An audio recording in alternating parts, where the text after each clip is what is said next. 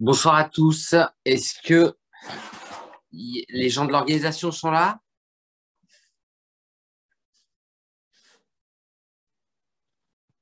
Oui, Audrey, tu es là? oui. Ok. Bon, donc session de 19 heures du vrai Ségur de la Santé avec Christophe Beaugrand, mais je ne sais pas s'il est arrivé ou pas. Ah, bonsoir Charlotte, je vois Salut Charlotte. Arnaud, salut tout le Ça va, monde. vous allez bien? Oui, oui, Bon, oui, ben, ça c'est va. cool. C'est cool que vous soyez là. Alors, on attend. Donc, j'ai demandé à Natacha de s'assurer que Christophe, il était bien. Normalement, on a fourni le lien, tout ça. Il y a Christelle Pierrot qui est là. Christelle, tu es scribe? Bon, là, c'est une session un petit peu plus, on va dire, transversale ou annexe. Christophe Beaugrand, je l'ai croisé quelques fois à LCI.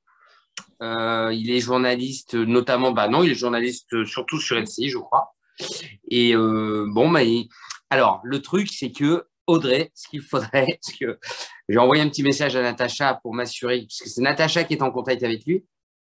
Audrey, est-ce que tu pourrais relancer Natacha, par exemple, en lui disant, tu confirmes? Ouais, sinon, Elle est c'est là, pas grave. Natacha, hein. Elle est là, Ah, Natacha. ah. Et Natacha, tu confirmes que tu as pu t'as pu confirmer avec Christophe? J'ai l'impression que ça me Ah, rappelle il Léon arrive, Zitrone. non? Je le vois, Comment? non? Je le vois, non? Il n'est pas là? Ah, Ah non, non. non. De toute façon, sinon, on va faire un zoom avec Charlotte Valandré, hein. Ah bah voilà. Il est là, il est là, il est là, il est là. Ah, Il est Colby. d'accord. Il est Ok, Colby. Je crois que je le vois ok. dans un petit truc là. On Dans une t'entend petite- pas, on t'entend Pardon. pas, Christophe. Voilà, mon audio n'était pas branché, ça y est, pardon. Ah, super. Alors, pourquoi moi... Salut Ah, mais si Charlotte, je vous vois, bonjour ça y est. Arnaud. Bonsoir, Super, Christophe. ça va Merci bien? beaucoup. Merci d'avoir accepté cette invitation. J'imagine dans un planning très chargé. Mais non, Exactement, il fait rien, Christophe. mais avec grand plaisir. Et Christophe, vous êtes bien vu parce que ce soir, la marraine du vrai Ségur de la Santé est avec nous. Charlotte Valandré est avec nous. Elle nous fait l'amitié C'est d'être top, là. je suis ravi. Et, Bisous Charlotte. Moi aussi. et donc, eh ben, merci encore, merci beaucoup d'avoir accepté de passer cette petite heure avec nous. Cher Christophe, je disais en vous attendant que je vous croisais de temps en temps, on se croise sur les plateaux, de loin dans les couloirs. On s'était aperçu une paire de Exactement. fois. On s'était Ouais, aperçu une paire de fois. je vous avais déjà eu en interview par Skype sur, je ne sais plus à quelle occasion. Enfin, il y a eu pas mal d'occasions. Ah Mais ben, eh c'était. ben, je m'en souviens même pas. Je m'en souviens même pas, c'est possible, hein. Je m'en Ah souviens bah oui, même mais pas. vous en avez fait tellement. Ouais, ouais, c'est vrai.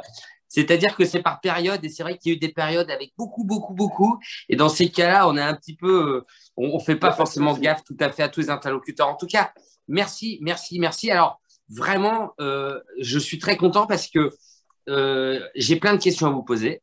Et Eh ben, puis, j'espère que j'ai les réponses. et oui, oui, non, non, mais vous allez voir. Parce que finalement, je trouve que les journalistes qui ont été aussi les pieds et les mains dans cette actualité sanitaire depuis 20 mois. Je ne dis pas Ouais. qu'avant, vous ne vous intéressiez pas au système de santé, mais, hop là, pardon, excusez-moi, j'ai des appels, donc ça coupe. Là, vous aussi, vous êtes des acteurs quand même. Vous avez été Non, en mais première ligne. on va pas se voiler la face, vous avez raison. C'est pas des questions qu'on traitait, on les traitait de temps en temps quand il y avait une manifestation, quand il se passait quelque chose, quand il y a eu le collectif, etc. Il pouvait nous arriver de traiter cette actualité-là. Mais objectivement, c'est pas forcément des problématiques qu'on connaissait si bien, qu'on traitait tant que ça à l'antenne. On a tous appris beaucoup de choses finalement. Et pour certains qui ne s'étaient pas plus que ça intéressés à ces problématiques-là, découvert aussi des situations. Alors, moi, il y a un certain nombre de situations que je connaissais plus ou moins déjà parce que j'ai de la famille. J'ai une cousine dont je suis très proche, qui a le même âge que moi, qui est infirmière dans le sud-ouest. Donc, elle me parle de l'état de l'hôpital, des moyens, du manque de moyens, Et elle etc. vous Mais c'est disait, vrai que, ouais, elle vous dit, ouais, Christophe, t'es mon cousin, tu dois me défendre. ça arrive, ouais. Elle me dit, mais il faut parler un peu plus de nous, etc. Puis c'est marrant parce qu'au moment où il y a eu le Covid, je me suis retrouvé à présenter un certain nombre d'émissions où il y avait une émission qu'on faisait tous les jours où LCI donnait la parole à tout le monde et on essayait de répondre aux questions que les gens se posaient. Je parle du premier confinement, donc au moment où, effectivement, on marchait sur des œufs, on ne savait pas trop où on allait.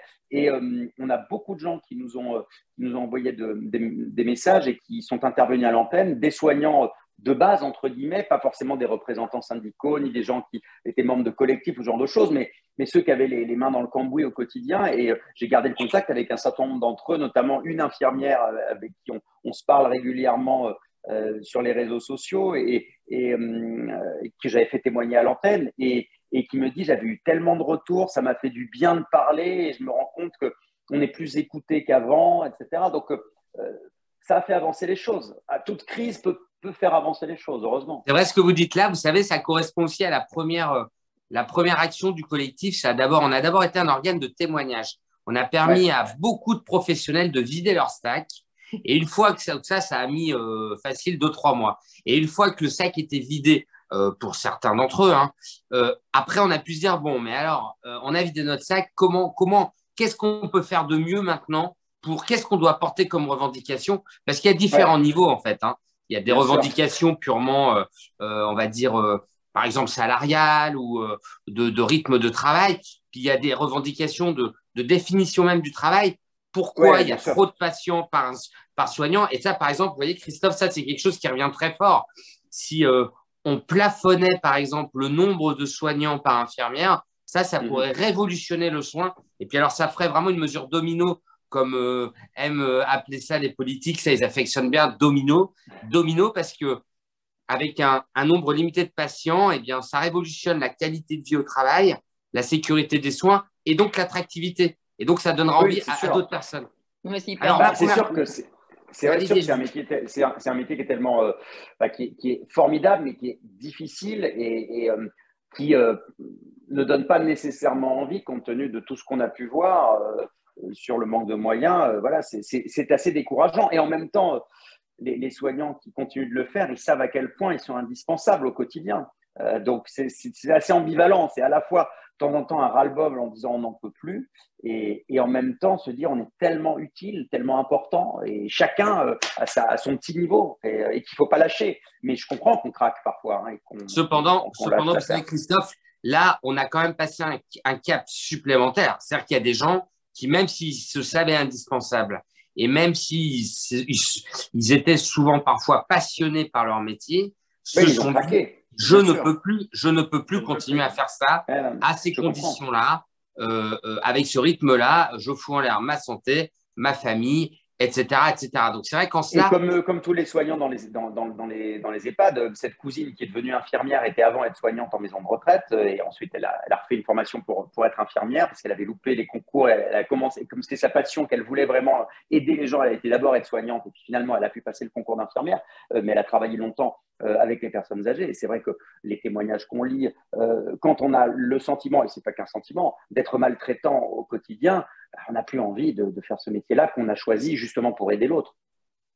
Bah oui, il faut. En fait, le drame actuellement, mais bon, j'ai bon espoir qu'on arrive à enrayer la machine, c'est que entre ce que les jeunes apprennent à l'école de soignants, on va dire sur les paramédicaux, et puis ensuite leur première expérience quand ils arrivent en stage, c'est la catastrophe, parce que là, ils assistent à des trucs et ils se disent, mais enfin, plus jamais ça.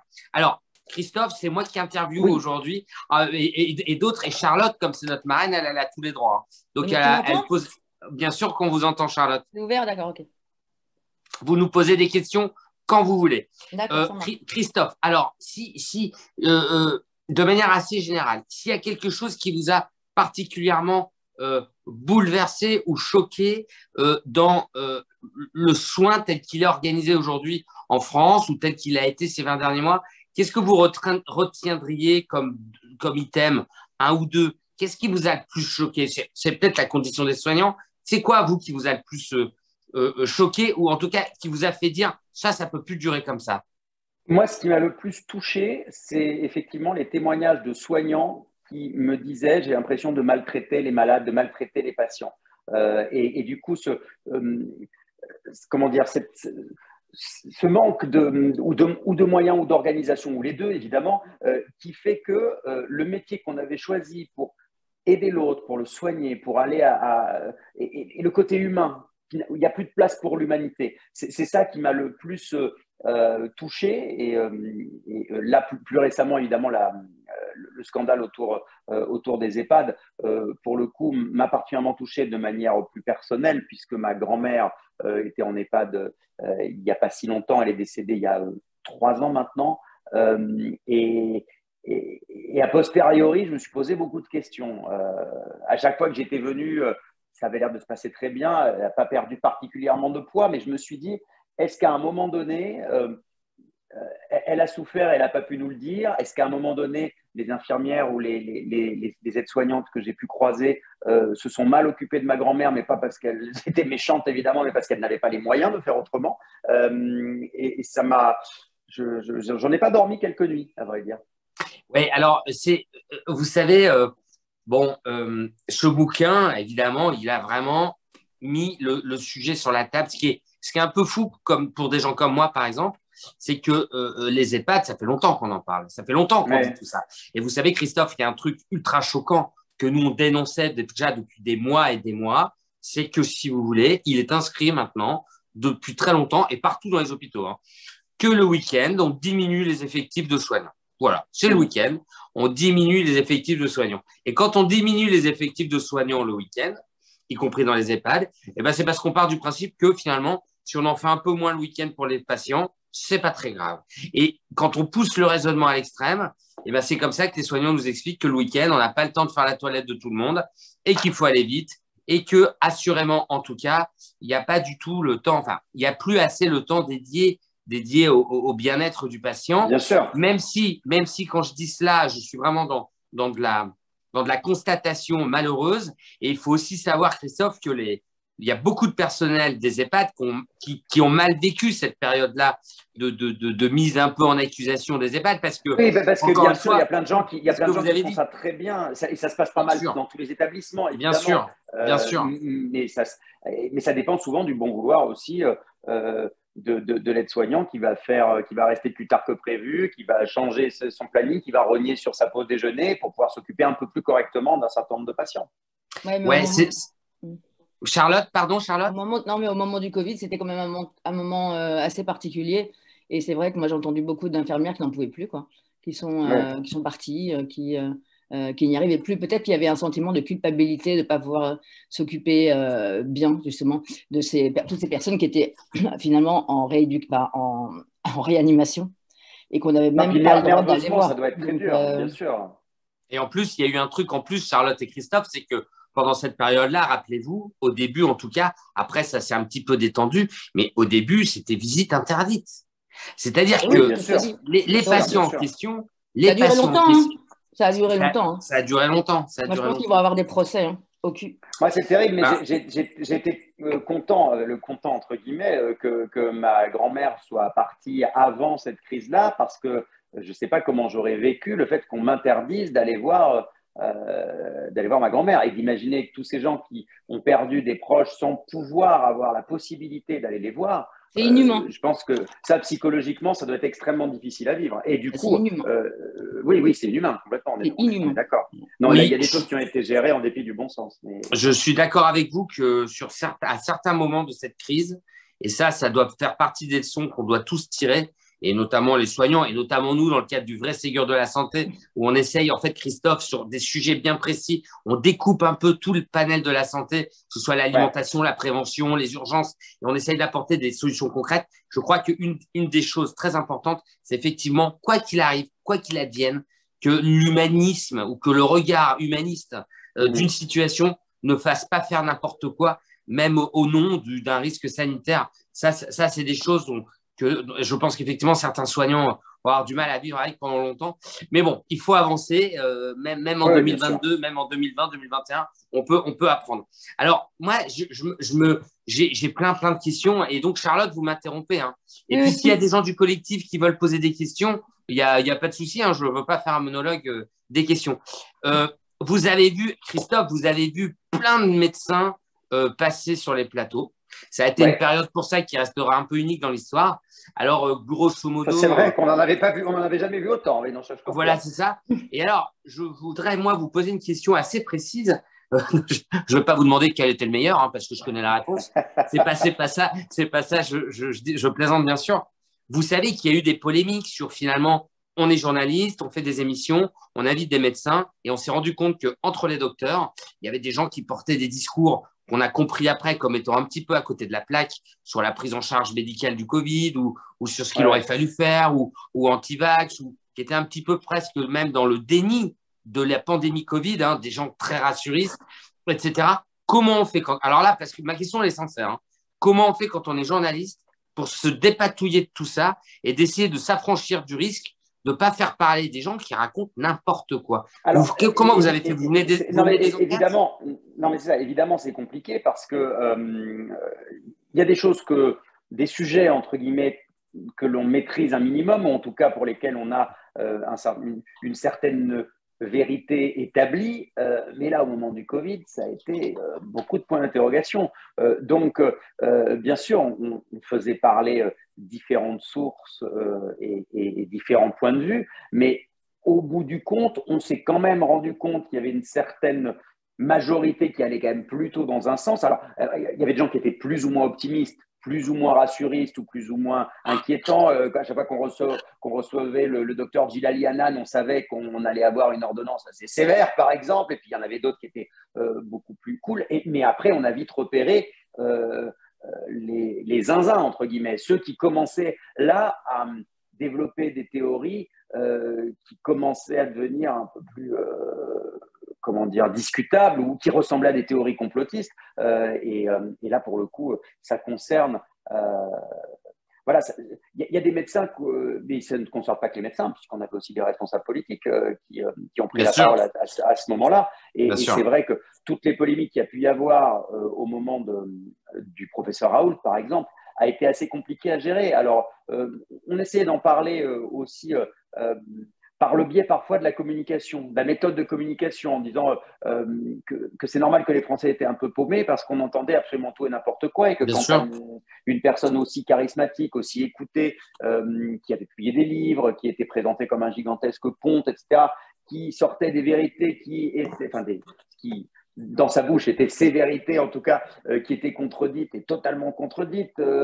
Mais voilà, on essayait aussi de confronter les gens à leur discours en repassant les images, en disant, on vous rappelle qu'il y a 3 semaines, il a dit ça, aujourd'hui, il dit le contraire, en disant qu'il l'avait toujours dit. Donc, il faut essayer aussi de repérer les contradictions quand elles y sont. Mais après, nous, on n'est pas médecins et on n'est pas là pour dire qu'il dit la vérité ou pas. Non, puis d'autant plus que… Christophe, en plus, tu n'as pas le droit de… On ne doit pas sentir vers qui tu vas. Non, après, il faut juste se méfier quand quand des gens peuvent lancer des accusations.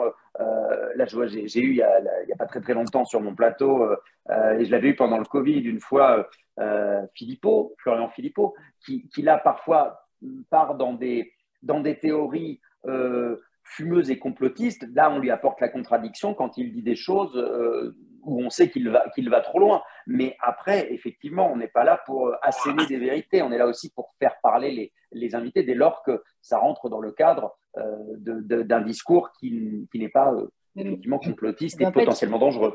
Ça ne doit pas être facile. Pas toujours. Oui, et puis surtout que pour l'humanité, on parlait des soignants, mais les médecins aussi, il faut qu'ils apprennent à être humains. Alors, ce n'est pas tous, évidemment, pas tous. Heureusement. Bien sûr. Il y en a quelques-uns, mais… voilà, ça s'arrête un peu à ce qu'on peut faire pour guérir la personne et il n'y a pas d'humanité derrière. Donc ça, c'est super dur. Non, mais non, mais tu as raison, mais c'est vrai qu'on voyait aussi la différence entre les gens de terrain, les médecins qui étaient vraiment, comme Arnaud, j'allais dire, les mains dans le cambouis, qui recevaient les patients, pas que investis, mais ceux qui concrètement sont vraiment dans les salles des urgences et qui sont avec les malades, quoi. Et puis d'autres qui étaient plus dans la théorie. Et qui étaient un peu plus… voilà, on se disait, tiens, mais eux, est-ce qu'ils ont vu un malade récemment ou pas? C'est les questions qu'on s'est posées parfois. Mais c'est vrai que c'est d'autant plus compliqué qu'en plus, Christophe, il y a les politiques, les pouvoirs politiques eux-mêmes ont un peu rencontré tout le monde. On sait que le président avait été rencontré Raoult. Estrosi, je me souviens bien, moi, ça m'a vachement marqué, Estrosi, qui faisait l'apologie d'hydroxychloroquine, etc., et qui ne comprenait pas qu'on ne fasse pas tout ça. Je me rappelle qu'on avait la députée des Républicains, Valérie Boyer aussi, qui était intervenue à plusieurs reprises en disant qu'il lui avait sauvé la vie et que heureusement qu'il y avait l'hydroxychloroquine. C'était scandaleux de ne pas le soigner comme ça. Et on avait d'autres médecins en plateau qui nous disaient arrêter de laisser parler ces gens qui disent n'importe quoi. Donc, c'est vrai que c'est quelque chose de c'est très touchy, comme on dit, très compliqué. Et on se disait tous, et on le disait à l'antenne parfois, on disait, bon, on saura, mais a posteriori, qui disait plus ou moins la vérité, qui avait plus ou moins raison, même si la vérité est toujours ténue, il n'y a pas forcément une vérité universelle, mais c'est ça qu'on a découvert aussi, le commun des mortels a découvert. Nous, on avait tendance à penser, avant de se pencher un peu plus dans ces questions-là, que la médecine, c'était une sorte de vérité unique. On ne pensait pas qu'il y avait autant de chapelles. Oui, d'autant, mais c'est ce que j'allais dire, la transition, elle est excellente. C'est qu'en fait, c'est un moment unique un peu dans l'histoire de la médecine, en tout cas pour moi, hein, mais les plus anciens qui ont vécu le début du VIH, ils racontent un peu ça aussi. Il faut quand même bien comprendre qu'on on a découvert en live, vraiment en live, un nouveau virus qui entraînait une nouvelle maladie et finalement, tout le monde galopait après les bonnes recommandations, les bonnes prises en charge et vous le savez bien, par exemple, même quand on voulait très bien faire entre la première crise, entre la première vague et la deuxième, et même au sein de la première vague, au début de la première vague et à la fin de la première vague, on ne soignait plus les malades de la même manière. Les médecins ont dû apprendre très vite. Tout le monde a dû se mettre au diapason. Et ça a progressé très vite dans le soin et la prise en charge des malades. Et après, du coup, c'est vrai qu'avec le recul, on comprend pourquoi il y a eu cet affolement-là. Et certains médecins avaient été un peu alarmistes, mais ils se disaient, si jamais on n'arrive pas à soigner les gens correctement et que l'épidémie galope vraiment, on peut avoir des millions de morts et ça peut être une catastrophe. Donc, certains nous ont fait un peu peur, mais finalement, on n'avait pas tellement de choix. D'ailleurs, ce n'est pas un hasard si la plupart des pays du monde ont confiné très sévèrement. Ce n'est pas uniquement pour faire, contrairement à ce que disent certains, pour le coup, certains complotistes en disant, ben voilà, c'est un complot de Big Pharma et de Bill Gates pour qu'on soit tous sur nos ordinateurs, etc. Alors, à un moment donné, c'est parti très, très loin. Je pense, j'ai la naïveté de croire que, en général, que ce soit les grands médecins ou les politiques, ils essayent malgré tout d'œuvrer pour que tout le monde soit à peu près dans une santé correcte dans son pays. Voilà, j'espère en tout cas. D'autant plus que comme le système de santé était mis à mal, il y avait un double objectif, prendre en charge ceux qui faisaient un Covid qu'on devait soigner, et puis surtout aussi soigner les patients non Covid pour lesquels il fallait poursuivre les soins. Comme les établissements de santé. Et moi, je me suis beaucoup battu pour ça. La déprogrammation chirurgicale, le manque de lits pour les pathologies chroniques. De chance, bien sûr. Et ça, vous savez, Christophe, on n'a pas bien compté, mais je peux vous dire que, bon, je pense qu'en France, on n'est pas au million, mais aux États-Unis, il y a eu, on a atteint le million de morts aux États-Unis, je crois. Et donc, le bilan final, il est très, très lourd. Je crois que ça restera effectivement une période, j'espère que c'est derrière nous, ça restera une période vraiment incroyable, mais en tout cas, effectivement, qui aura fait un sacré focus sur le système de santé. Et encore merci donc de nous avoir permis de témoigner les messages forts en faveur des soignants pour renforcer le système de santé. Alors, Christophe… on se dit que peut-être que ça a servi, voilà, à chaque crise, on apprend des choses et cette crise aura peut-être servi à améliorer des choses à l'hôpital. On espère en tout cas. Il y a du boulot encore, j'ai bien compris. Christophe, en tout cas… Je suis un garçon optimiste, vous savez. Oui, on est embarqué dans le vrai Ségur de la santé pour essayer de contraindre ou vraiment encourager les politiques à vraiment aller chercher des vraies bonnes propositions. Dans le discours des candidats, on n'est pas très, très rassuré quand même. Hein. Il n'y a pas énormément de choses. La santé, alors en plus maintenant, avec le conflit ukrainien, bien évidemment, il y a encore moins de place dans les médias pour cela. Mais même avant, on ne parlait pas beaucoup. Alors que… même avant, on a parlé beaucoup d'immigration, de sécurité. C'est vrai que la question de la santé, on en avait tellement parlé pendant le Covid que j'ai l'impression que… les gens voulaient, en tout cas, les politiques voulaient passer à autre chose. Je ne sais pas si le public, lui, le public, quand on voit, en tout cas, c'est intéressant, les Français, l'opinion publique, quand on regarde les sondages, c'est toujours la première préoccupation. Donc, on a beaucoup nous avoir parlé d'immigration et de sécurité. La première préoccupation, c'est la santé. Après, c'est le pouvoir d'achat et le chômage. Et ensuite, les problèmes de sécurité et d'immigration. C'est-à-dire aujourd'hui, Christophe et Charlotte, avoir un médecin généraliste, ce n'est plus garanti. Voilà. On est à une époque où il y a plusieurs millions de Français qui n'ont pas de médecin généraliste par manque d'accès, parce qu'il en manque partout. Les déserts médicaux. Alors, moi, ce que j'observe, c'est que les thèmes ont un peu changé. C'est-à-dire que… Ça devient compliqué. Moi, je voulais voir… Bien sûr. À Paris, je voulais en voir un tout à l'heure et c'était 26 mars. Mais Charlotte, le plus grand désert médical de France, c'est la région Île-de-France. Hein. C'est là où il manque le plus de médecins. Et en fait, on est passé un peu… Moi, j'ai une amie qui a déménagé. il est impossible de trouver un médecin traitant. Un Ouais, médecin traitant, trouver un rendez-vous avec un médecin, on finit par y arriver avec Doctolib, même si tu fais 10 bornes, mais tu finis par trouver quelqu'un. Mais en revanche, réussir à trouver un médecin traitant, ça, c'est plus possible. Alors, on dit, bah non, je suis désolé, moi, j'ai tous mes patients, je ne peux plus prendre de nouveaux patients, donc c'est compliqué. Donc nous, on se bat pour apporter des propositions parce que quand on écoute les politiques, qui n'ont surtout que des idées un peu coercitives, on pense que ça, c'est pas terrible. Donc on essaye d'apporter des idées. Bon, c'est un peu ce qu'on fait. Christophe, est-ce que je vous m'autorisez à… Est-ce qu'on peut parler un peu de votre situation personnelle, de ce qui vous est arrivé? Ah oui, alors Et… vous pouvez parce que j'en ai parlé moi-même, donc moi, il n'y a pas de problème. D'accord. J'assume. Parce Il n'y a que aucun souci. J'en ai fait un livre il y a quelques mois, donc je oui, peux parler. je sais bien, mais en fait, ça m'intéressait parce que en pensant à ce soir, je me disais, bon, quand on est une maman et qu'on veut un bébé, finalement, le système de santé, quand une femme a un désir de maternité, on peut dire des choses comme ça, finalement, le système de santé français, bah, il va essayer de mettre en place différentes prises en charge pour pouvoir permettre à cette maman d'accéder à son rêve ou son envie. Je ne sais pas si on peut parler de rêve, mais de son envie d'être maman. On va dire son projet parental. De son projet parental. Et alors, quand on est un papa, moi, je voudrais bien savoir comment on vit ça en France. Quand on est un papa et qu'on a aussi envie de concrétiser un projet parental, je connais votre histoire, Christophe, donc je sais finalement comment vous avez pas. Voilà. Mais non, mais c'est intéressant cette question. C'est intéressant cette question parce que au-delà de mon cas, donc pour ceux qui me suivent et qui ne seraient pas au courant, j'ai eu mon petit garçon avec une mère porteuse aux États-Unis parce que je suis homosexuel et marié avec un homme, donc forcément, et la question de l'adoption, je vais y revenir, est assez complexe, même très compliquée. Mais ce que vous disiez sur le fait qu'on parle peu des papas, c'est vrai qu'on pense toujours qu'il y a que le désir d'enfant, c'est quelque chose de féminin, que c'est quelque chose de… Il y a toujours ce désir maternel. Et on a tendance à oublier, même pour les couples hétérosexuels, hein, bien sûr, qu'il y a un désir paternel aussi, que le rêve de fonder une famille, ça peut aussi concerner un garçon. Mais il y a toujours cette espèce de… Voilà, on imagine que même quand il y a une… c'est marrant, j'en parlais avec une amie il n'y a pas longtemps et qui me demandait comment ça s'est passé, vous, quand il est né. Je dis, bah, moi, j'avais toujours rêvé d'avoir un enfant et je m'en suis occupé tout de suite, ça a été génial, etc. J'ai eu l'impression d'avoir les bons réflexes tout de suite, ça a été hyper naturel. Et elle m'a répondu, alors moi, pas du tout. J'ai mis 2-3 semaines. Alors c'est vrai qu'on a toujours tendance à penser que bêtement, hein, la femme, les mamans savent naturellement ce qu'il faut faire et que les papas sont paumés. Et ben, c'est pas toujours vrai. Voilà. Donc, il faut peut-être aller à rebrousse-poil des clichés parfois. C'est vrai. Oui, non, bah, je suis d'accord avec vous. Moi, je connais plein de mamans. Vous avez 3 enfants, vous, je crois. Ah, moi, j'en ai 3. Et puis, j'ai vécu avec 2 de plus pendant un temps. Il y avait 5 enfants à la maison. Ouais, moi, j'étais un peu plutôt un papa poule qui est plutôt très, très envié. Mais le désir de maternité, quand quand c'était l'actualité de ma vie, il était partagé avec les mamans de mes enfants. Parce que moi, j'ai 3 enfants avec 2 mamans différentes.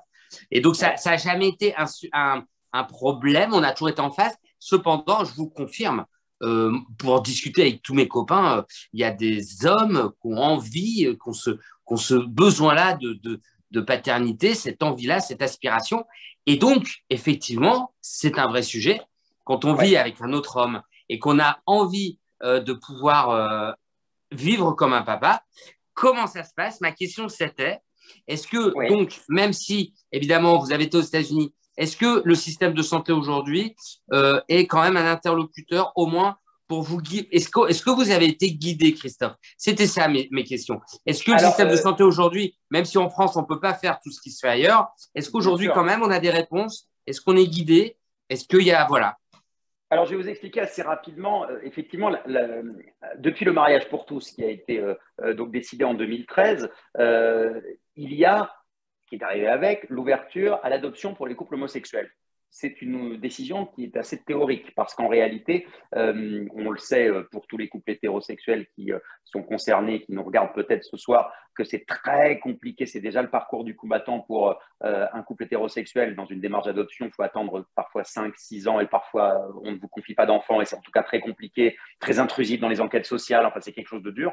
Quand on est un couple homosexuel, en fait, on a ouvert un droit qui n'est quasiment pas opérationnel parce qu'on confie extrêmement rarement des enfants à des couples homosexuels. Alors, ça a progressé. On me dit depuis 1 an, là, il y a un certain nombre de choses. Les conseils de famille sont beaucoup plus ouverts sur la question. Moi, mon petit garçon a 2 ans et demi, donc au moment où on a lancé les choses, il a fallu plus de 2 ans, donc ça fait presque 5 ans. Je peux vous dire qu'il y a 5 ans, on comptait, je crois qu'au moment où je me suis lancé, où on a commencé les choses en 2017, donc le mariage 2014, je crois qu'il y avait à peu près 10 enfants qui avaient été adoptés entre 2013 et 2017. Donc, 10 enfants qui avaient été confiés à des couples homosexuels.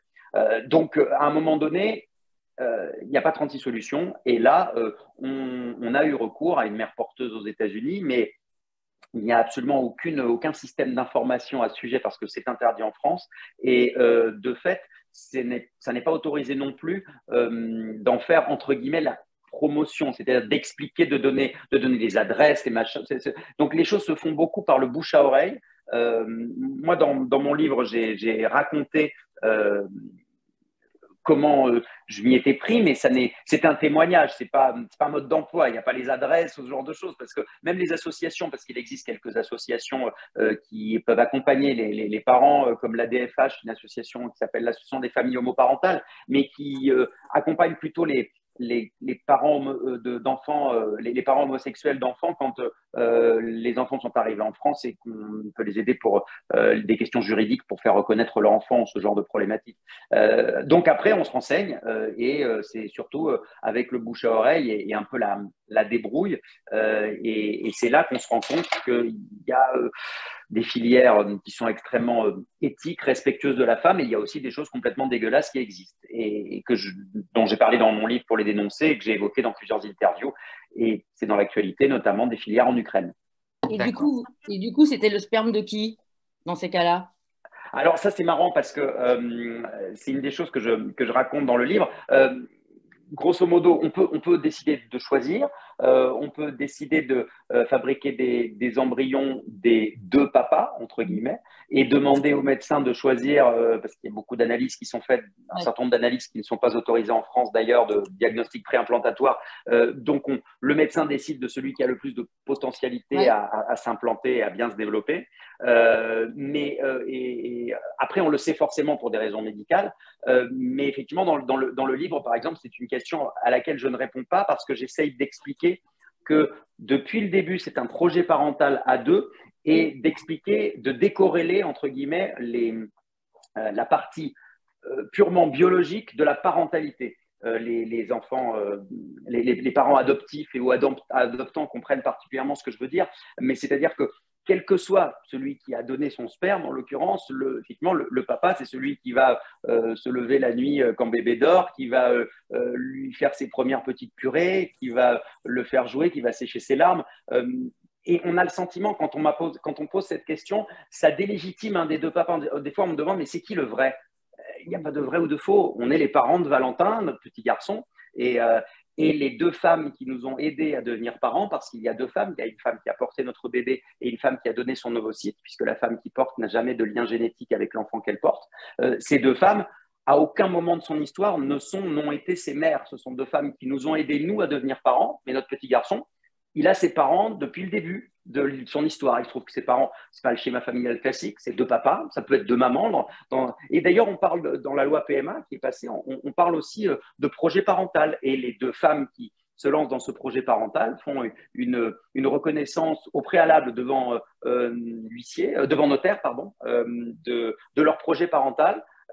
Mais indépendamment de la femme qui va porter l'enfant ou qui va donner ses ovocytes. D'accord, ok. Vous l'avez eu bébé? On était là le jour de la naissance. Oh putain, c'est super. Et donc, vous l'avez gardé?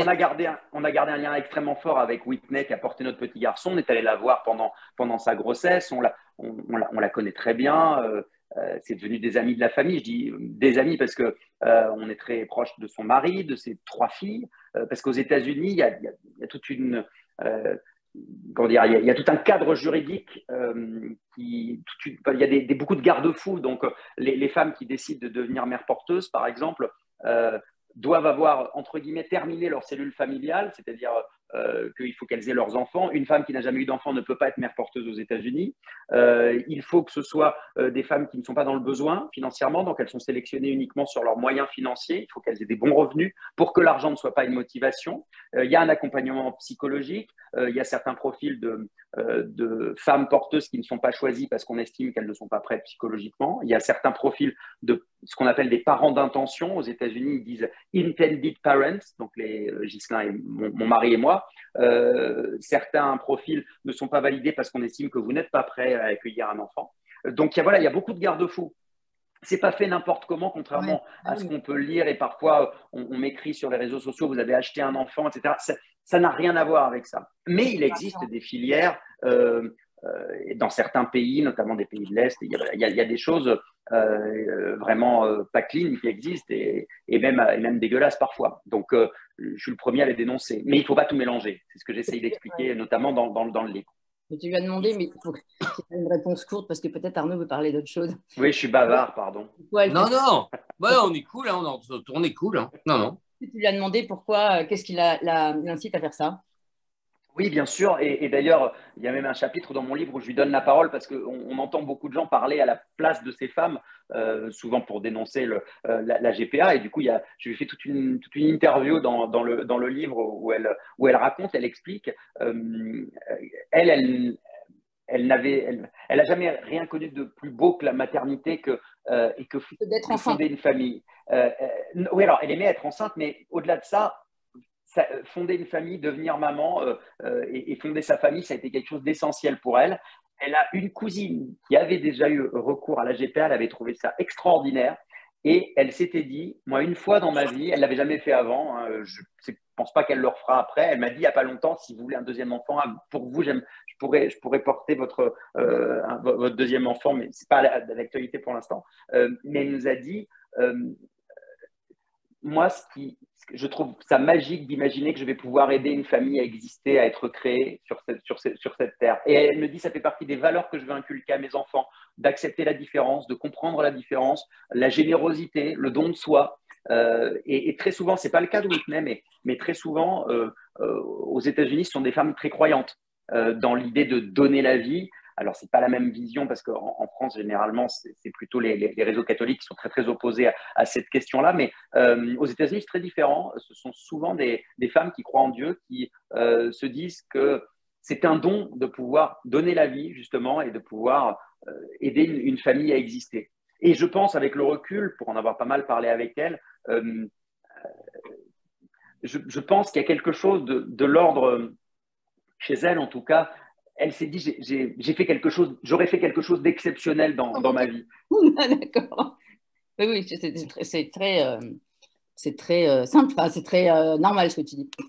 Moi, quand notre bébé est né, on était tous ensemble. Il y avait Jacob, le mari de Whitney, il y avait Whitney, évidemment, il y avait mon mari Ghislain, et puis le bébé est né très vite. Et je me rappelle que Ghislain est tombé dans les bras de Jacob, et moi, j'étais en larmes, évidemment, une petite nature, et je disais à Whitney, mais tu ne te rends pas compte que tu as changé notre vie, tu as fait quelque chose d'incroyable. Jamais personne sur Terre n'aura fait quelque chose pour nous d'aussi exceptionnel. Enfin, je ne sais pas les autres personnes qui sont là. J'ai vu un petit enfant là tout à l'heure avec Christelle, je crois.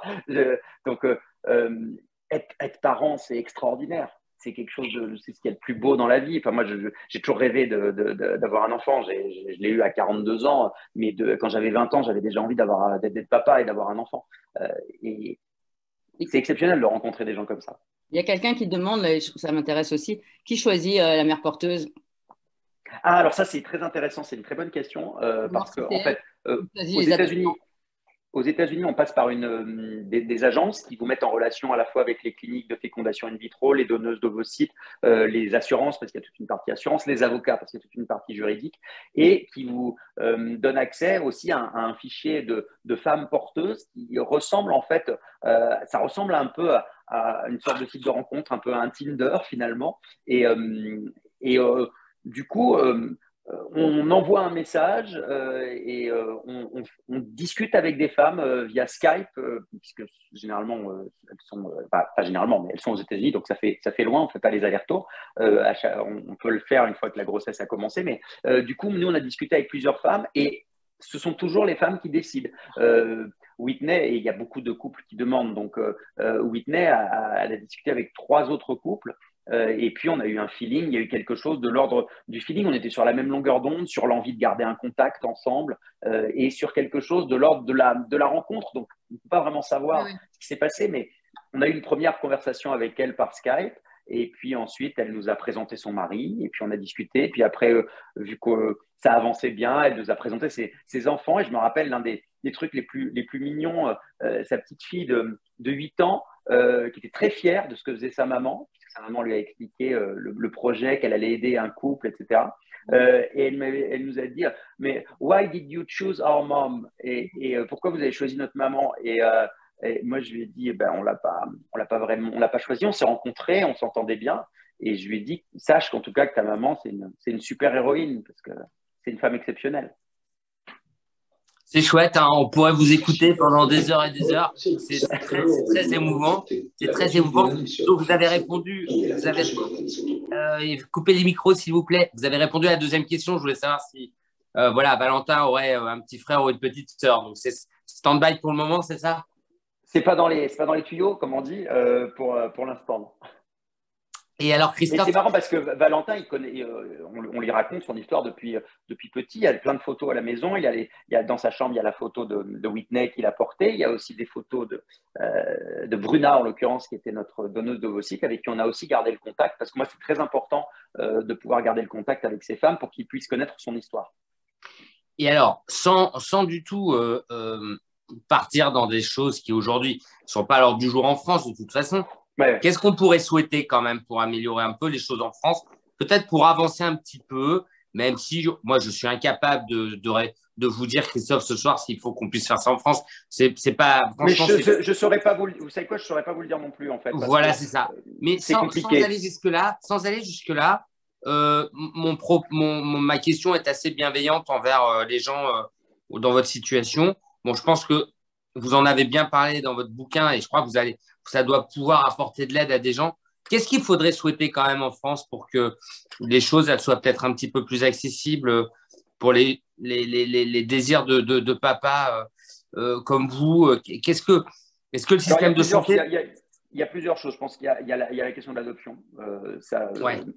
qu'il faudrait vraiment améliorer, mais pour les couples hétérosexuels aussi, hein, parce qu'il y a un vrai scandale de l'adoption en France. Alors, je sais qu'il n'y a pas forcément énormément d'enfants adoptables en France, mais enfin, quand on voit ces enfants qui sont baladés de famille d'accueil en famille d'accueil et qu'on retire de famille quand ils s'attachent trop à ces parents de passage, alors qu'il y a énormément de parents qui n'ont que de l'amour à donner à des enfants, moi, ça me dépasse et me met assez hors de moi, même si évidemment les familles d'accueil font le maximum de ce qu'elles peuvent, mais je sais que c'est une souffrance pour elles aussi quand on leur retire des enfants, quand ils sont soi-disant trop proches. Enfin, voilà, il y a quelque chose qu'il faudrait remettre complètement à plat, je pense, de ce côté-là.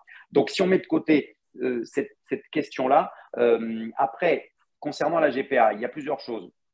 Je ne suis pas persuadé que l'opinion publique a avancé là-dessus. Dans les sondages, on montre qu'il y a à peu près 67% des Français qui sont favorables pour des couples hétérosexuels et 50, je crois le dernier sondage, c'est 56 ou 57% qui sont favorables à la GPA pour des couples homosexuels. Donc, il y a une majorité de Français qui a avancé sur ces questions-là. L'opinion publique a bougé, pas les politiques encore, qui sont souvent un peu en retard par rapport mais ça sur tout un tas de sujets par rapport à l'opinion publique. Et après, je pense que la problématique, c'est que les gens qui y sont opposés sont très opposés. Donc, ouvrir un débat comme ça aujourd'hui, je ne suis pas persuadé, je pense que ça réveillerait beaucoup de haine dans la société qui n'en a pas besoin en ce moment. Donc, je ne suis pas persuadé que ce soit le moment. Mais je pense que ça avance. Les esprits évoluent sur ces questions-là. Et donc, je pense que ce qu'il faudrait, c'est que vous regardez les choses en face. Il y a un désir d'enfant qui existe.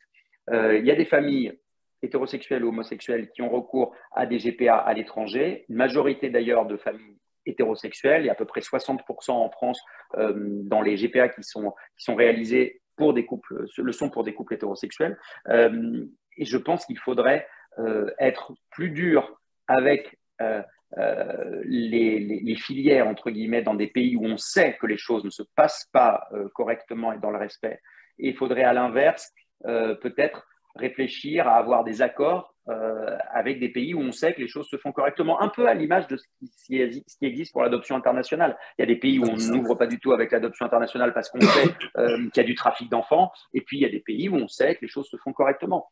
Et pour revenir sur l'Ukraine, moi on m'a parlé de témoignages de jeunes filles qui avaient 25 ans, qui en étaient à leur 6e enfant et qui faisaient vivre toute une famille comme ça. Ça, c'est absolument intolérable. J'ai un témoignage, on m'en a parlé il n'y a pas très très longtemps, d'un garçon, en l'occurrence, qui a voulu se lancer dans une GPA en Ukraine. Il n'a jamais rencontré la mère porteuse, elle en est à 5 mois de grossesse, il ne la connaît pas, il ne lui a jamais parlé. Là, on est dans quelque chose qui est du commerce pur et qui n'est pas tolérable. Mais le problème, c'est que ne pas vouloir ouvrir les yeux et regarder les choses et faire comme si tout était pareil et faire comme si ça, voilà, ça n'existait pas, eh ben, ça pousse les gens aussi parfois à aller dans des filières qui vont dans la mauvaise direction. Après, il y a une question financière, Oui. évidemment. C'est-à-dire que c'est beaucoup moins cher quand on a recours à ce type de procréation quand c'est en Ukraine ou quand c'est aux États-Unis. Voilà. C'est indiscret de parler de la somme. Moi, c'est 40 000 $. Non, parce que j'en parle dans le livre. Non, c'est beaucoup plus. Ah, c'est plus que ça. Ah, j'avais 50 000 $ en tête. En Ukraine, une GPA dans ce type de pays-là, c'est à peu près entre 60 et 80 000 euros. Et aux États-Unis, c'est plutôt entre 100 et 150 000.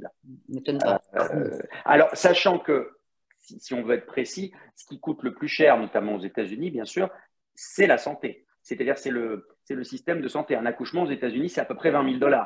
Alors nous, en France, on ne sait pas que ça coûte de l'argent un accouchement puisqu'on ne paye pas. Enfin, on paye d'une certaine manière avec la solidarité nationale.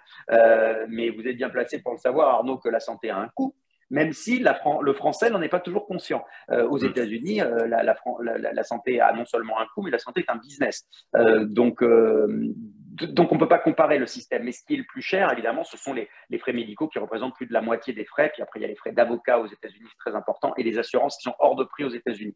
Mais tout est lié au système américain qui est très différent. Au final, la mère porteuse touche aux alentours de 30, nous, elle a touché 32 000 $, si je me souviens bien. Les autres, 70 000, ils vont où? Comment? Les 70 000, ils vont où?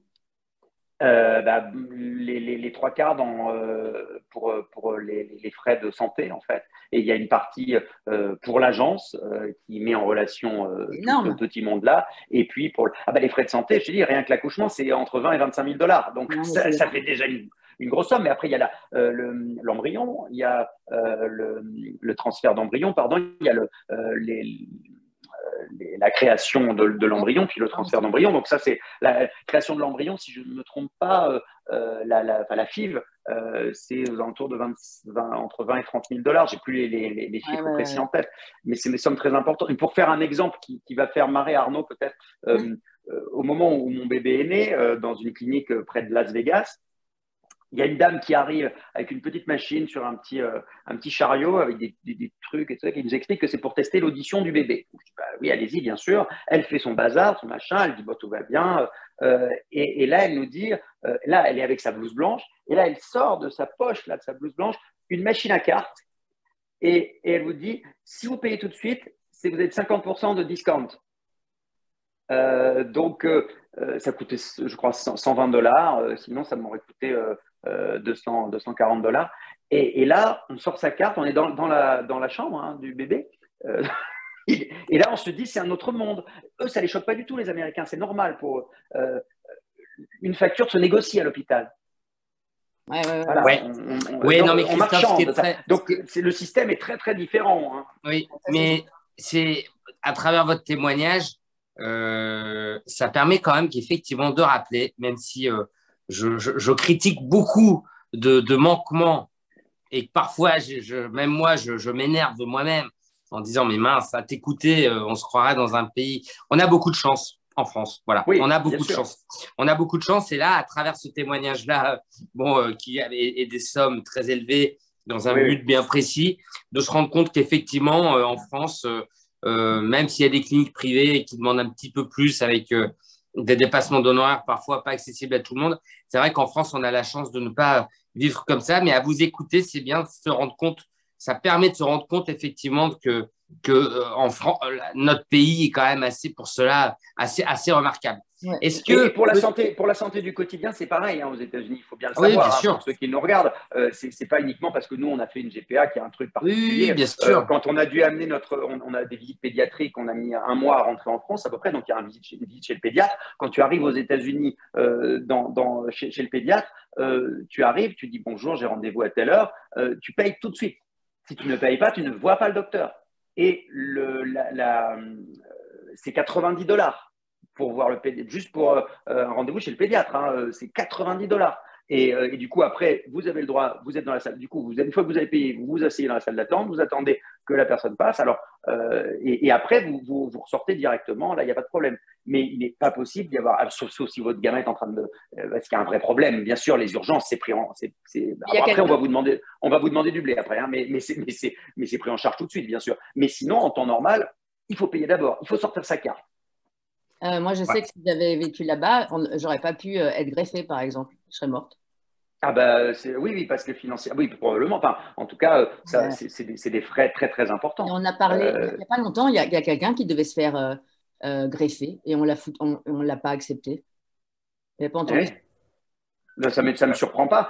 Nous, Whitney, notre mère porteuse, nous a présenté une de ses meilleures amies qui a le même âge qu'elle, donc aux alentours de 33 ans, un truc comme ça.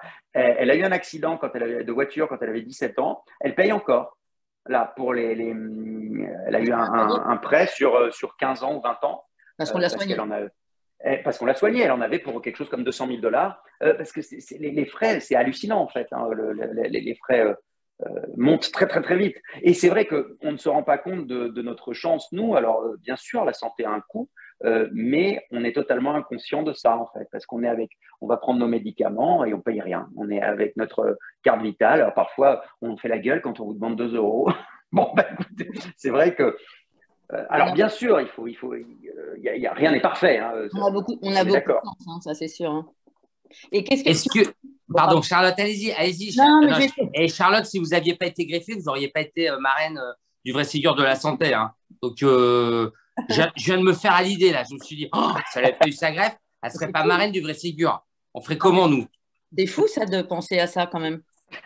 C'est la vérité. Pourtant, c'est vrai. C'est vrai. Je vais te poser une toute petite question, si tu peux répondre simplement, peut-être. Qu'est-ce que tu dirais à quelqu'un que tu rencontres et qui a envie de faire la même chose que toi, mais qui n'a pas, justement, les 100 000 euros, mais qui a la même envie de parentalité que toi? Alors, je lui dirais dans un premier temps que j'espère que l'adoption va progresser pour pouvoir avoir accès à la parentalité. Et sinon, je lui dirais de surtout ne pas se laisser monter la tête par… il y a des sites internet qui existent, qui vous proposent des choses pour soi-disant pas très cher, etc. La fin, entre guillemets, ne peut pas justifier les moyens. Il faut peut-être économiser 1 an, 2 ans, 3 ans de plus, 4 ans de plus, faire des prêts familiaux. Il y a des gens moi j'ai des amis qui étaient propriétaires de leur appartement, qui ont vendu leur appartement pour pouvoir faire leur projet de GPA et qui sont retournés en location. Mais tu ne peux pas, transiger sur l'éthique. Parce qu'après, ton gamin, tu ne pourras pas le regarder dans les yeux. Et il y a beaucoup de gens qui me posent des questions sur ces questions-là. Et je leur dis, surtout, n'allez pas dans des pays où on n'a pas la garantie que les choses se font correctement, où vous n'entrez pas en contact avec la mère porteuse. Ce n'est pas possible. Cette femme va être tellement importante dans votre vie et dans celle de votre enfant que si vous utilisez des biais tordus et malsains, vous le regretterez de toute façon. Et l'adoption, en même temps qu'on a parlé, hein, c'est un enfer pour adopter un enfant. Ah, bien sûr. Et puis l'adoption, il ne faut pas oublier que ça a également un coût, parce que ça, on n'en parle pas, mais notamment l'adoption internationale, entre les frais d'avocat, les frais dans un certain nombre de pays, les frais dans les orphelinats, un certain nombre de pays, généralement, c'est en moyenne à peu près 30 000 euros. Hein. Donc, il faut pas… 100 000 ou 150 000. Et ça peut être beaucoup plus, voilà, c'est ça. Donc, il y a évidemment, quand tu as un enfant en France, là, il y a quasiment pas de frais, hormis quelques frais juridiques ou d'avocat. Mais si jamais tu fais une adoption internationale, là, oui, il y a des frais importants. Et on ne dit pas aux gens qui ont adopté un enfant, vous avez acheté un enfant, hein, heureusement d'ailleurs. Donc, je pense qu'il faut aussi savoir raison garder. Mais j'espère que les choses vont avancer. Ouais. Il faut. Mais du coup, je dis juste, tout à l'heure, on parlait de foyer d'accueil, de maison de famille d'accueil. Il y a un film qui est sorti il y a quelques temps qui s'appelle La vie de famille ou une vraie famille, La vie de famille, je crois, avec Mélanie Thierry. Non, la vraie famille, je crois. Je crois que c'est une vraie famille, je crois. Et il paraît que c'est formidable. Moi, je ne l'ai pas vu, mais on m'a dit que c'était très beau. Ouais. Du coup, je vais y aller. Mais ça parle de ça, une famille accueille des gens chez elle et on va lui enlever un enfant. Oui, exactement. Parce que l'enfant, c'est trop attaché à la famille. Et ça, c'est dingue ce truc. C'est dingue ce truc. Elle aussi, hein, s'est attachée. Hein.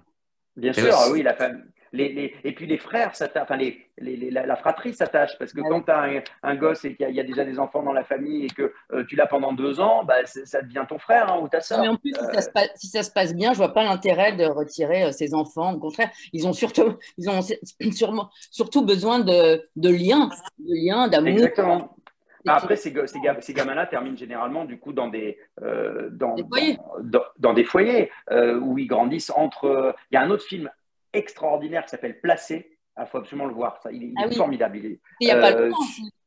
Oui, il y a pas longtemps, j'avais reçu le réalisateur. Lui-même avait été éducateur dans un foyer. Et tu vois à quel point ces gamins grandissent les uns avec les autres, qui se créent une fratrie. Et ils n'ont jamais eu la chance. Alors, soit leurs parents ne peuvent pas s'occuper d'eux et ils les retrouveront peut-être un jour, soit ils n'ont plus de parents et ils n'ont pas pu être adoptés. Et tu marches sur la tête. Tu te dis, il y a quelque chose qui ne va pas dans ce système quand même. Ouais, dis donc, c'est vraiment passionnant de vous écouter. C'est vrai qu'on pourrait vous écouter comme ça très longtemps. Je pense qu'il est 20h passé, mais est-ce qu'il y a encore… Je voudrais qu'on puisse… Il n'est pas encore parce que je vois 9h56. Encore 5 minutes. On est bien. J'avais l'impression qu'on avait dépassé les créneaux. Est-ce qu'il y a des questions dans la salle, des questions à poser à Christophe ou Charlotte? Est-ce qu'il y a des questions? Alors, je ne sais pas si c'est Christelle qui les recense ou si quelqu'un veut prendre la parole. Hein. Ce n'est pas interdit. Le tout, c'est de poser la question. Hein. Pas de témoignage, s'il vous plaît. Pas de questions? Christelle ou Audrey? Ouais, non, il n'y a pas de questions dans la salle. Je mettais juste une petite remarque. Si nos super invités peuvent nous aider, on essaye de joindre l'AIS Loufoque depuis quelque temps pour parler de ce parcours de combattant de l'aide sociale à l'enfance. Et on n'a pas de réponse. Alors, si un de vous deux a le contact, je veux bien. Alors, l'IS, je ne l'ai pas, mais je peux peut-être le trouver. Je vais essayer. Ça serait génial. Merci beaucoup, Christophe. Avec plaisir. Je vais essayer de faire passer le message. Mais j'ai un pote qui doit avoir son contact direct. Donc, je vais checker ça. Bon, en tout cas, c'était vraiment chouette de vous avoir tous les deux. Charlotte aussi, d'être venue, c'est chouette. Christophe, merci. Vous savez, au-delà de votre témoignage de ce soir, on a besoin de personnes comme vous. On sait que vous êtes à l'écoute de ce que les soignants font et essayent de porter comme combat, en sachant encore une fois que ce que l'on fait, on est une structure apolitique et on n'est pas un syndicat. On essaye vraiment, j'aime bien, ça fait un peu moderne, j'aime bien parler de start-up santé, de laboratoire santé. On essaye vraiment de… S'il y a start-up, ça va plaire à Manu, ça. Ouais, c'est ça, mais il m'appelle pas. On est auditionné par l'Élysée, mais il m'appelle toujours pas.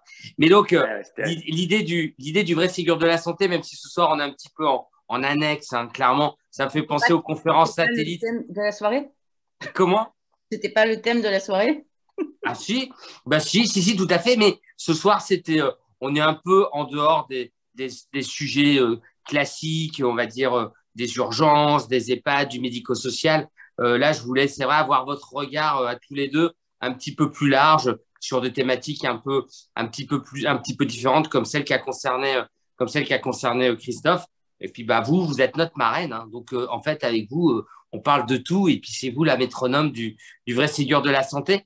Je ne vais pas vous retenir plus longtemps s'il n'y a pas de questions. Les filles, Christelle Pierrot, Christelle, elle était là? Christelle n'a pas branché son micro. Merci, Christophe. Christelle? Oui. Bon, Christelle, elle travaille en PMI. D'accord. Oui, tout à fait. Donc, la protection de l'enfance, oui, ça me parle. C'est incroyable quand même ce qu'on dit ce soir, là, à plusieurs reprises, ce qu'a dit Charlotte et Christophe, Christelle, que quand les enfants sont bien, dans une famille d'accueil, on les enlève. Non, mais, Bah oui, c'est plus compliqué que ça. C'est un système qui est très compliqué. Et effectivement, mais comment c'est possible un truc pareil? c'est pas évident parce qu'après, il y a plein de choses qui se passent au niveau judiciaire en arrière-fond, selon les parents. Bien Il y a plein de choses compliquées. Des fois, les parents, s'ils déménagent, par exemple, et que les enfants peuvent voir les parents, ils vont changer de famille pour être près des parents. Enfin, c'est tout un système qui est très compliqué, en fait, mais pas adapté. Il y a plein de choses qui ne sont pas adaptées, effectivement. Il y a du boulot, hein. Il y a du boulot. Ouais, Je crois qu'il y a un scandale. Il y a un scandale là qui va exploser, Christophe. Je vous le donne en sujet, puisque vous êtes notre journaliste. Vous êtes notre journaliste préféré.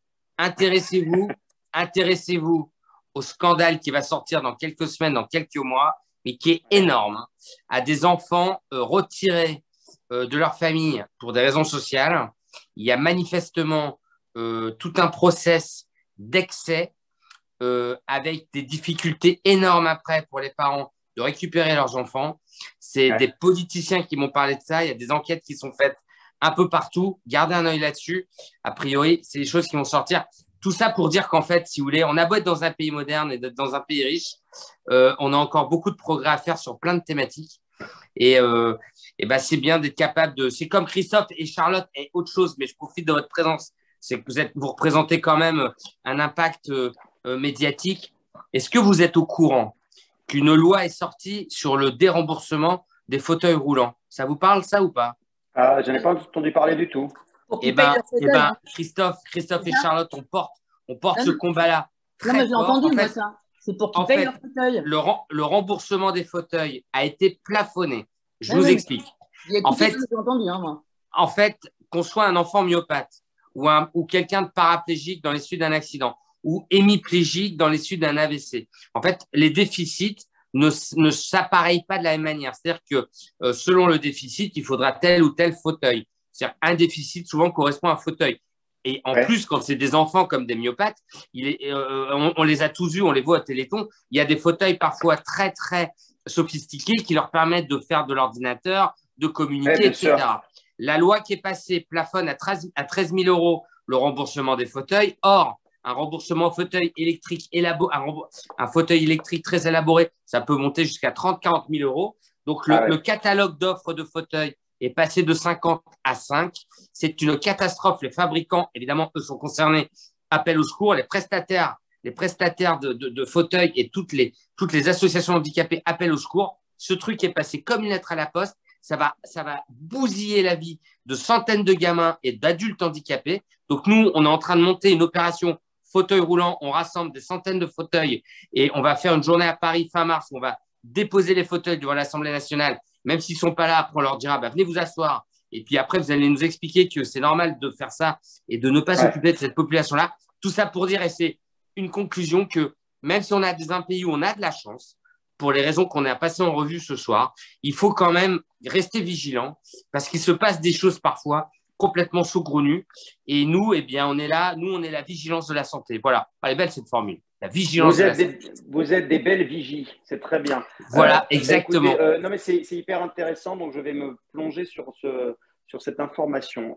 Par Natacha, avec qui vous êtes en contact, est au courant de tout. Elle supervise un peu le groupe. Je dirais parce que ça, c'est un truc. Et vous savez, ils sont en train d'essayer de passer ça, mais tout en catimini, là. Puis alors, avec l'Ukraine, autant vous dire qu'on ne va pas parler des fauteuils roulants. Enfin, voilà, il faut être vigilant. Christophe, merci 1000 fois, vraiment de tout cœur. C'est moi qui vous remercie. Très je voudrais remercier encore tous ceux qui ont suivi aujourd'hui ce live et dire à quel point j'ai une admiration profonde pour les soignants qui, je le sais, font un métier extrêmement difficile, nerveusement très difficile parce qu'en contact avec beaucoup de douleur souvent, et puis en même temps il y a beaucoup de joie aussi, beaucoup de satisfaction dans ce métier quand on arrive à pouvoir le faire correctement, quand on a les moyens de le faire correctement. Donc j'espère, mais je suis toujours un garçon très optimiste, que les choses vont avancer dans le bon sens, et en tout cas j'espère que votre initiative va permettre de contribuer à mettre sur la table un certain nombre de débats importants et de messages, parce que voilà, je pense que tous les soignants ont besoin d'être davantage écoutés, besoin de parler, d'être écoutés. J'en profite pour embrasser, si elle me regarde, ma cousine Céline. Voilà. Alors, j'allais parler de Céline, Christophe, j'allais parler de Céline. Voilà. J'allais parler de Céline, il faut qu'elle vienne avec nous dans le collectif, hein, parce que la cousine de Christophe Beaugrand, elle aura forcément une place importante. Hein. Bon, alors, Charlotte, notre marraine, merci beaucoup. Avec plaisir. Merci d'avoir été là. C'était hyper sympa de vous avoir tous les deux. Je vous embrasse très fort et puis je vous dis à très bientôt. Merci à tout le monde. Et demain, poursuite du vrai Ségur de la santé pour la session à l'horaire habituel, 12h15. Voilà, je ne sais plus le sujet, mais on vous communiquera ce soir sur les réseaux. Si c'est sur l'accès aux soins, je ne sais plus, mais on va communiquer ce soir avec les visuels et les photos. Charlotte et Christophe, à très bientôt. Au revoir. À bientôt, Arnaud. Ciao, Charlotte. Au revoir à tous. Bonne soirée.